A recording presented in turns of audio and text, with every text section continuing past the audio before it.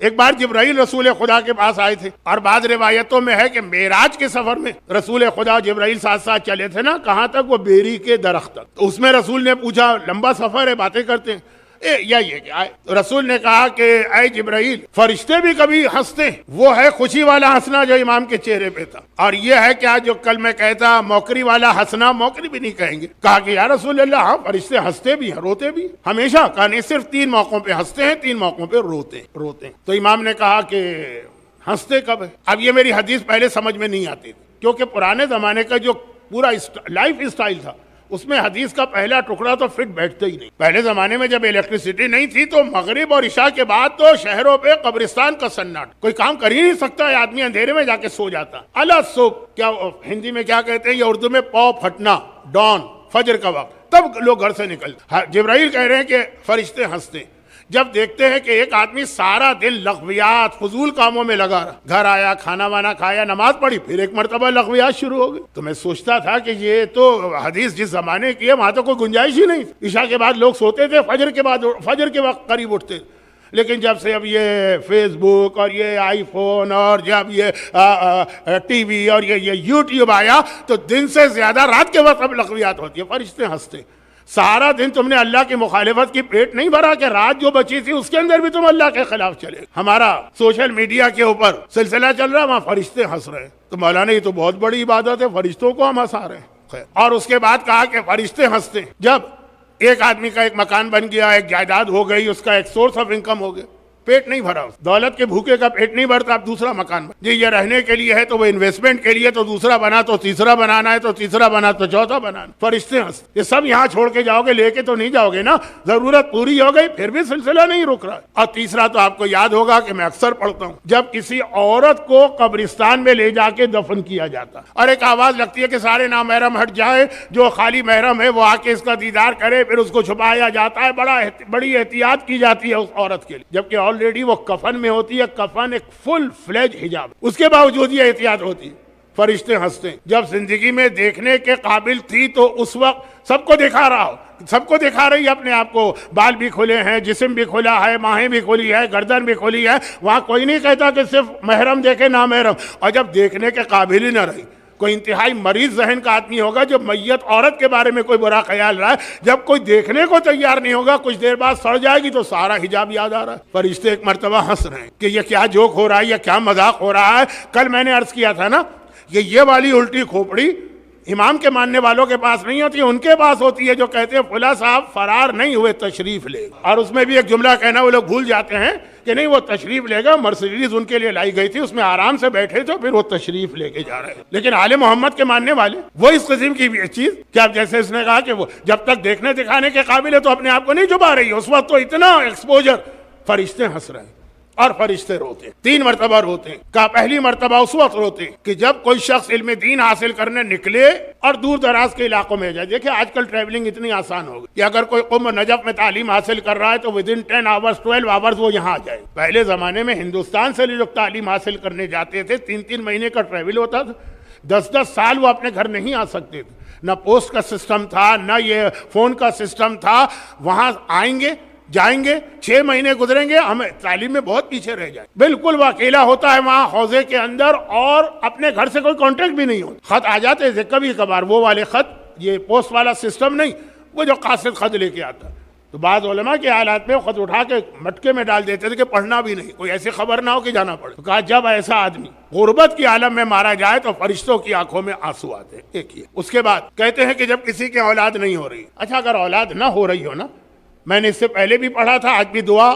کے حوالے سے بات ہو رہی ہے تو ایک دعا بھی بتا دوں۔ 2-3 مومنین نے اسی 8 دن میں مجھ سے پوچھا، یہ ایک بہت ہی مجرب عمل ہے، اور میں نے کئی دفعہ بتایا، اب تو کئی علماء بتاتے ہیں، میں تو عالم بھی نہیں، لیکن 1 منٹ کے اندر اگر کسی کی اولاد نہ ہو تو ایک اللہ سے ایک منت مانے کہ اگر میرے یہاں اولاد ہوئی، یہ ذرا ریکارڈنگ نہ کریں، میں نہیں پڑھ سکتا، آپ کو پتہ ہے نا میرا آئی سائٹ کا پرابلم ہے نا، بالکل میرا کنسنٹریشن ختم ہو جاتا ہے، تو یہ انتظامیہ اعلان کرنا شاید بھول جاتی ہے، میں بھول جاتا ہوں میں کہاں تھا، کیا کہہ رہا تھا، وہ شاید آسمانوں کی بات ہو رہی تھی کہ جبرائیل کا نام کیا، کچھ ذرا سے یاد دلائی، ہاں کسی کی اولاد نہ ہو رہی ہو، میں نے واقعی میں بالکل کنسنٹریشن ختم ہو جاتا ہے، یہ آئی سائٹ کی وجہ سے مجھے لگتا ہے میں اندھیرے میں آ گیا، اب اندھیرے میں آ گیا تو پھر دوبارہ روشنی میں آنے میں ٹائم لگتا ہے۔ تو یہ منت مانے کہ اگر میرے یہاں بیٹا ہوا تو میں اس کا نام مسلم رکھ، اور واقعی یہ ایسا مجرب عمل ہے۔ میرے والد کے دوست ہیں مولانا مسلم مہندی صاحب، جرول انڈیا کا علاقہ، ان کے والد بھی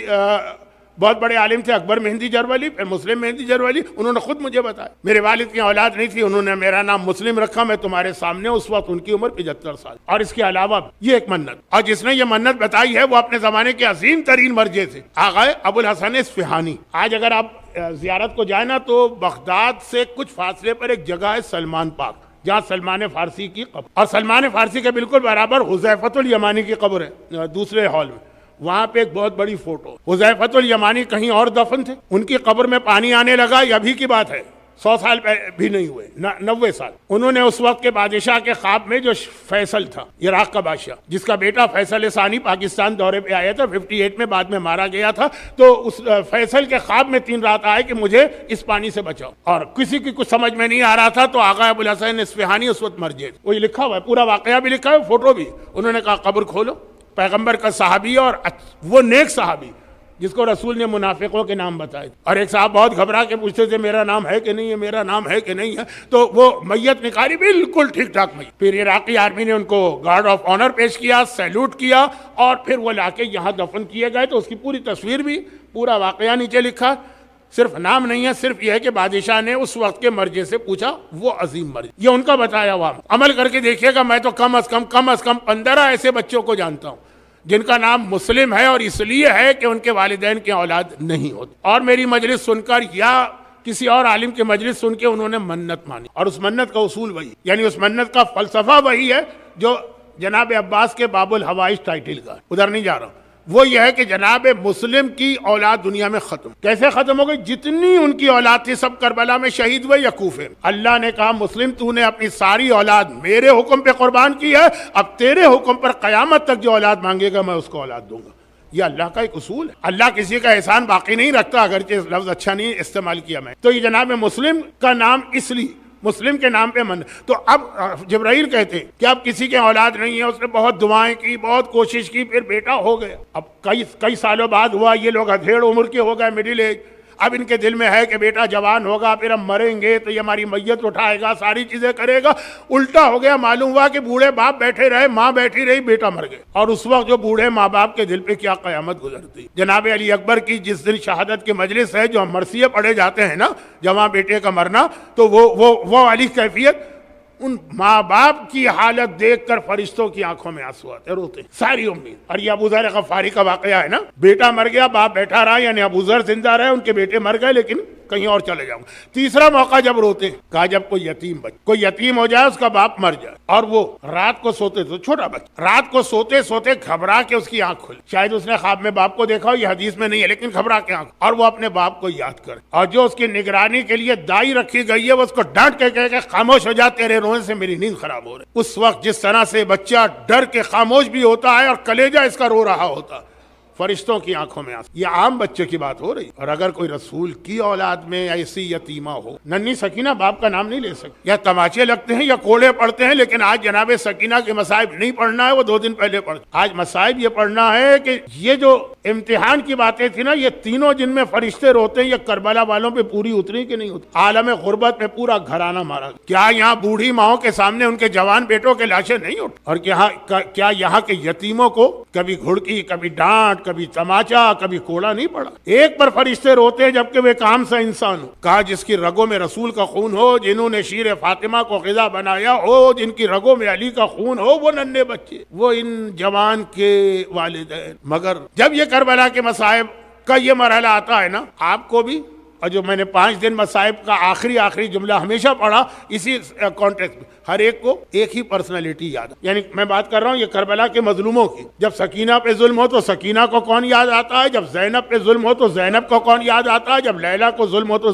لیلا کو کون یاد آتا ہے۔ علی علی حق ہے، علی حق ہے، علی حق ہے، علی علی جدھر حق ہے ادھر مولا، علی علی حق ہے، علی